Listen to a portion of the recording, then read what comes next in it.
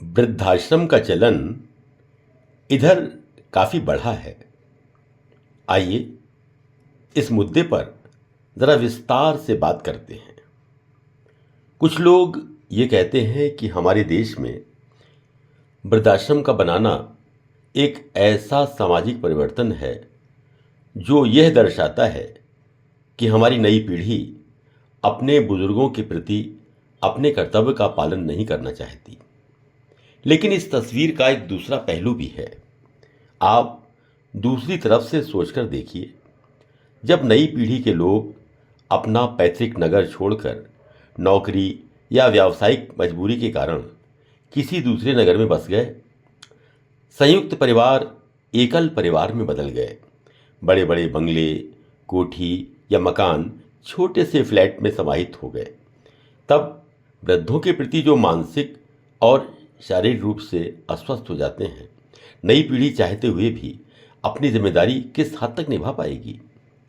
पश्चिमी देशों में वृद्धों के लिए सरकार बहुत सारी कल्याणात्मक योजनाएं चलाती है, किंतु हमारे यहाँ अभी ये पूरी तरह संभव नहीं हो पाया है।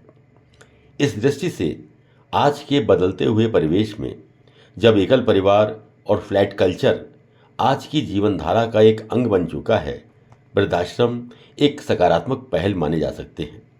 लेकिन कुछ बातें जो अभी भी स्पष्ट नहीं हैं, उन पर भी विचार करना होगा। उदाहरण के लिए, वृद्धाश्रम अगर बहुत अधिक धनराशि खर्च करके बनाए गए हैं, चाहे वो धनराशि आपने दान में ली हो या खुद खर्च की हो, तो सवाल ये आएगा कि उसमें रखा किसको जाए। अगर आप ये कहते हैं कि उसमें रहने का कोई शुल्क आप नहीं लेंगे, तो एक सवाल आएगा कि क्या वे वृद्ध जो लोअर क्लास से संबद्ध हैं या भिखारी की तरह कैसे न कैसे अपनी गुजर कर रहे हैं, उनको आप प्रवेश देंगे? और अगर आप उनको प्रवेश देंगे तो क्या आपके पास इतनी जगह होगी, और उसके बाद उनकी मेंटेनेंस का खर्चा कैसे निकलेगा? मुझे जो व्यवहारिक बात लगती है वो ये है कि सबसे ज़्यादा परेशानी की अवस्था में मिडिल क्लास वाले वे वृद्ध हैं जिनके बच्चे विदेश में या बाहर सेटल हो गए हैं और वे अकेले पड़ गए हैं। अपर मिडिल क्लास की भी लगभग यही मुश्किल है। एक बात तो स्पष्ट है कि चाहे वे वृद्ध मिडिल क्लास के हों या अपर मिडिल क्लास के, वे सम्मान के साथ रहना और सम्मान के साथ जीना चाहते हैं। मेरी समझ में जो वृद्धाश्रम हैं वो सबसे ज़्यादा उन्हीं के लिए आवश्यक हैं, क्योंकि वे खुद इसके रख रखाव का खर्चा वहन कर सकते हैं, और अगर उनके बच्चे ठीक ठाक स्थिति में हैं तो वे भी सहयोग कर सकते हैं। क्योंकि ये तो तय है कि उम्र बढ़ने के साथ मन या दिमाग बेशक ठीक ठाक रहे, लेकिन शरीर तो असमर्थ हो ही जाता है, और उस समय किसी न किसी की सहायता की आवश्यकता तो वृद्धों को पड़ती ही है। साथ ही अकेलापन उनको मानसिक रूप से बहुत कमज़ोर कर देता है। इस स्थिति में वृद्धाश्रम में, क्योंकि उनकी उम्र और स्थिति के और भी लोग होते हैं, तो उनके साथ उनका समय बेहतर बीत सकता है। इसलिए मेरा ख्याल ये है कि वृद्धाश्रम खुलना बेशक आज की आवश्यकता है, लेकिन उसके लिए कोई ना कोई मानदंड तय करने होंगे और उसी के अनुरूप उन्हें चलाना होगा। अन्यथा प्रारंभ में तो उत्साह में उन्हें खोला जाएगा, लेकिन कोई निश्चित नीति अगर नहीं है तो 2-4 वर्ष बाद ही वे या तो बंद हो जाएंगे या बस किसी तरह चलते रहेंगे।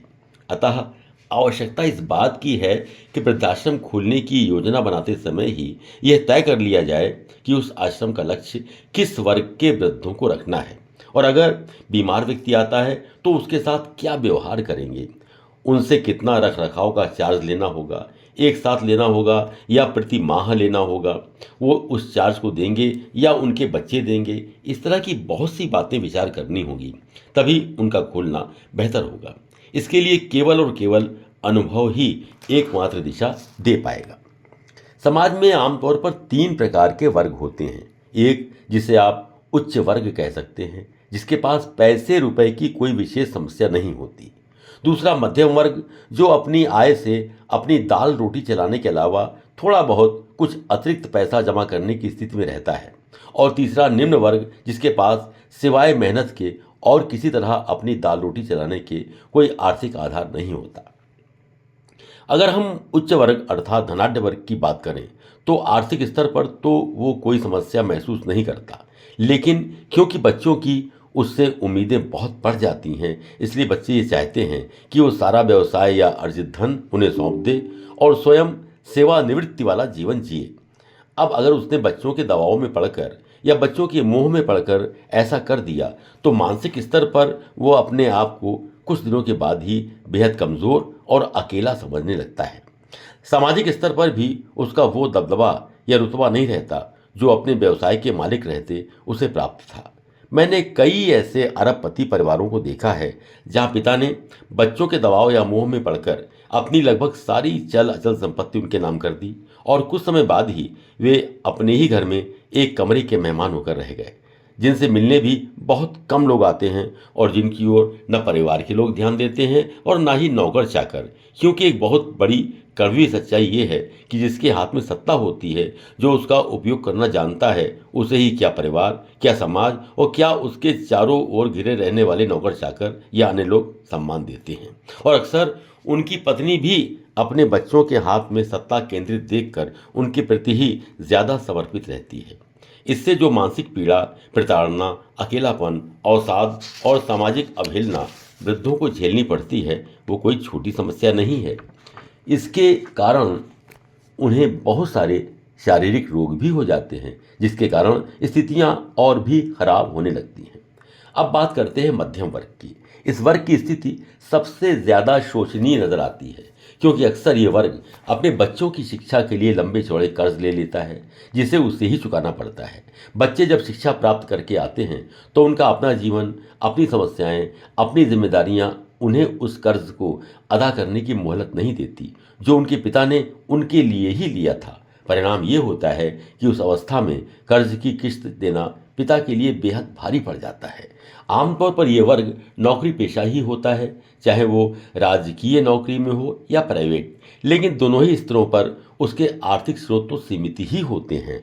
अब अगर उसने अपने बच्चों की शिक्षा के लिए अपने प्रोविडेंट फंड से कर्ज लिया है या अपने बचत पत्रों से, दोनों ही स्थिति में उसकी आर्थिक स्थिति चरमरा जाती है। सामाजिक अवहेलना और भावनात्मक अवसाद का सामना तो उसे करना ही पड़ता है। कभी कभी आर्थिक स्थिति इतनी ज़्यादा खराब हो जाती है कि वो अपने सामान्य खर्चों के लिए भी पराश्रित हो जाता है और अत्यंत कठिनाई महसूस करता है। कुछ मामलों में आर्थिक स्तर पर नितांत कमज़ोर स्थिति का सामना करने वाले लोअर क्लास के साथ एक बात तो है, उनकी जिंदा रहने की क्षमता असीमित है। उनकी महिलाएं अतिशय दुख सहने के बाद भी आत्मनिर्भर रहती हैं, और क्योंकि आमतौर पर उन्होंने बच्चों की पढ़ाई पर कर्ज वगैरह लेकर कोई खर्चा नहीं किया होता है, तो उनका काम वैसे तो चल जाता है, लेकिन जैसे ही घर का मुखिया वृद्धावस्था के कारण अक्षम और शारीरिक दृष्टि से कमज़ोर होने लगता है, तो घर की सत्ता स्वाभाविक रूप से बेटों के हाथ में आ जाती है। तब उन्हें आर्थिक स्तर पर बहुत ज़्यादा मुसीबतें झेलनी पड़ती हैं। ये अलग बात है कि जुझारू प्रवृत्ति होने के कारण वे सब झेल लेते हैं। अब एक स्वाभाविक प्रश्न उठता है कि आखिर ऐसी स्थितियों का सामना कैसे किया जाए। इस संदर्भ में एक बहुत विचार करके और चिंतन करके मैं इस निष्कर्ष पर पहुंचा हूं कि हर कदम पर हर समस्या का समाधान करने के लिए हमें भावनात्मक के स्थान पर व्यवहारिक स्तर पर निर्णय लेने होंगे, तभी हम अपनी वृद्धावस्था सुचारू रूप से बिता सकते हैं।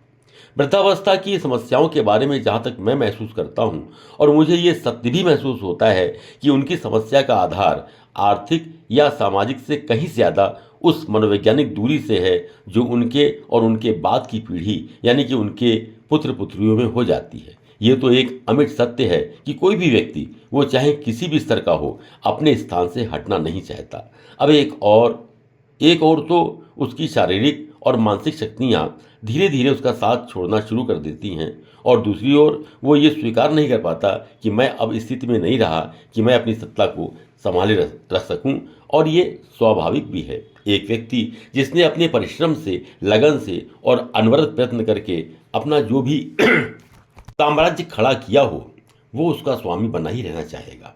किंतु इस सिक्के का दूसरा पहलू ये भी है कि दूसरी पीढ़ी अर्थात उसके बच्चे धीरे धीरे युवा हो जाते हैं और जिनकी उंगली पकड़कर उसने उन्हें चलना सिखाया था वे जब इतने समर्थ हो जाते हैं कि अपने पांव पर न केवल चल सकें बल्कि दौड़ भी लगा सकें, तो वे चाहते हैं कि कल तक जो पिता उनकी उंगली पकड़कर चला रहा था वो अब उसकी उंगली पकड़कर उसे मनचाही दिशा में चलाएं। और यही सबसे बड़ी समस्या वृद्धावस्था में आती है। मैं समझता हूं कि 50% मामलों में बच्चे अपने पिता से स्वयं ही दूरी बना लेते हैं और स्वतंत्र होकर ये चाहते हैं कि पिता सारे निर्णय उनके अनुसार ले, और कब पिता के हाथ से नियंत्रण शक्ति बेटों के हाथ में पहुंच जाती है पता ही नहीं चलता। निश्चित रूप से पिता और पुत्र का संबंध भावनात्मक ही होता है। पिता पुत्र में अपनी छवि देखता है, लेकिन जीवन केवल भावनाओं से नहीं चलता। भावनाएं केवल कुछ समय तक अपनी भूमिका निभाती हैं और फिर धीरे धीरे उनका प्रभाव धीमा पड़ता जाता है। वृद्धावस्था का अर्थ ये नहीं होता कि हम शांतिपूर्वक अपने पारिवारिक सदस्यों की कृपा या दया पर किसी तरह जीवन को ढोते हुए और तथाकथित रूप से हरि भजन करते हुए उस दिन की प्रतीक्षा करें जब हमें अंतिम सांस लेनी होगी। मेरी समझ में हर व्यक्ति को यह अधिकार है कि वो अपनी शारीरिक स्थिति के अनुकूल अपने जीवन को आनंद पूर्वक बिताए और समाज में सम्मानजनक स्थिति को बरकरार रखे। और तभी ये संभव है जब हमारे पास हमारी आवश्यकता की पूर्ति के लिए पर्याप्त आर्थिक स्रोत रहें। किस व्यक्ति पर क्या स्रोत है ये तो वो स्वयं जानता है, उसे कैसे समायोजित करना है ये उसे ही सोचना होगा। लेकिन हर स्थिति में ये तो ध्यान रखना ही होगा कि जिस स्तर पर भी वह शांतिपूर्ण जीवन बिताना चाहता है उसकी पूर्ण आर्थिक व्यवस्था उसे कर लेनी चाहिए। एक बात तो तय है कि अब जो समय आ रहा है और जिस गति से नई पीढ़ी के सामने तमाम सारी चुनौतियां आ रही हैं उसके कारण जितना बिखराव आज दिख रहा है उसे कम तो नहीं होना है। हाँ, उसमें बदलाव आ सकते हैं, लेकिन हम यह मानकर चलें कि हमें उन सब का सामना वृद्धावस्था आने पर करना ही पड़ेगा। और उसके लिए अगर कुछ पहले से ही मानसिक तैयारी कर ली जाए तो ना तो निर्णय लेने में परेशानी आएगी और ना ही निर्णयों को लागू करने में।